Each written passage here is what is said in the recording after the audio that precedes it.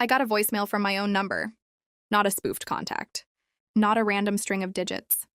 My exact number. At first, I assumed it was a glitch. Phones do weird things sometimes, and I didn't think much of it. But when I looked closer, something felt off. The voicemail wasn't marked as missed. It wasn't new. It was dated tomorrow. That was the first moment my stomach dropped. I played the message, expecting silence or static.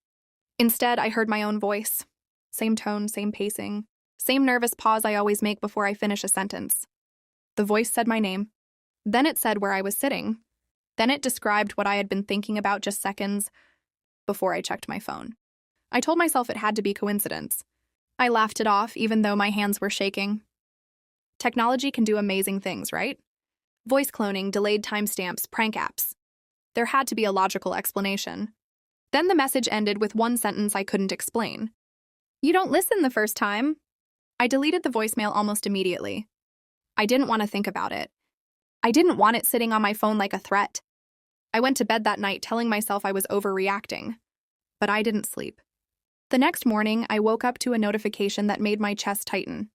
It was a reminder for something I had never written down, never scheduled, never told anyone about, and it was accurate. That's when I realized the voicemail hadn't been a warning. It had been a record. Over the next few days, it kept happening. Not constantly, not dramatically, just enough to make me pay attention. A message here, a notification there. Always subtle, always specific. Each one referenced a choice I was about to make. Not big, life-changing decisions. Small ones. Things I didn't think mattered. What route I took home, whether I answered a call, whether I stayed quiet in a conversation when I wanted to speak up. Whenever I ignored the message, things went wrong. Not in a dramatic way. Just enough to leave damage behind. A misunderstanding. A missed opportunity. A moment where I walked away thinking, I should have said something. When I followed the message, things felt smoother, calmer, like I had avoided something I couldn't quite see. I tried to stop listening. I really did. I didn't want my life guided by a voice that sounded like me but wasn't. I wanted control back. So one night, when the phone buzzed again, I ignored it completely. I didn't check the message. I didn't open the notification. I went about my night pretending everything was normal. The next day, I found myself dealing with the consequences of a choice I hadn't realized I was making. It wasn't devastating, but it hurt. And it was preventable. That's when it hit me. The messages weren't forcing me to do anything. They weren't controlling me. They were showing me the version of myself that had already lived with the consequences. I wasn't being warned by something else. I was being helped by myself. The more I paid attention, the more I understood. These messages weren't about fear. They were about awareness, about noticing patterns, about listening to instincts I usually ignored. And slowly, the messages became less frequent, shorter, simpler. Until one day, they stopped altogether. Weeks passed, then months. My phone stayed silent. No strange timestamps, no unexplained reminders, no familiar voice speaking from the future. At first, that scared me. I wondered if I had messed something up, if I had missed the final message, if I had failed whatever test I didn't know I was taking. But over time, I noticed something else. I was making better choices on my own. I was speaking up when something felt wrong.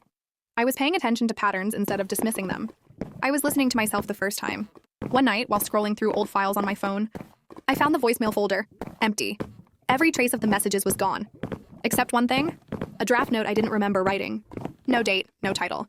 Just a single sentence saved in my own words. "You won't need this forever. Just long enough to learn." That's when I finally felt calm.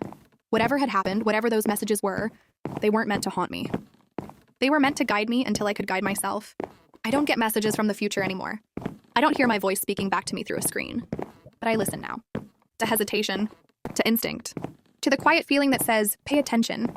And every once in a while, when I make a choice that feels right without needing a warning, I smile. Because I know I listened the first time. And maybe one day I'll be the one writing, to my old self. Comment below if you would like to see that.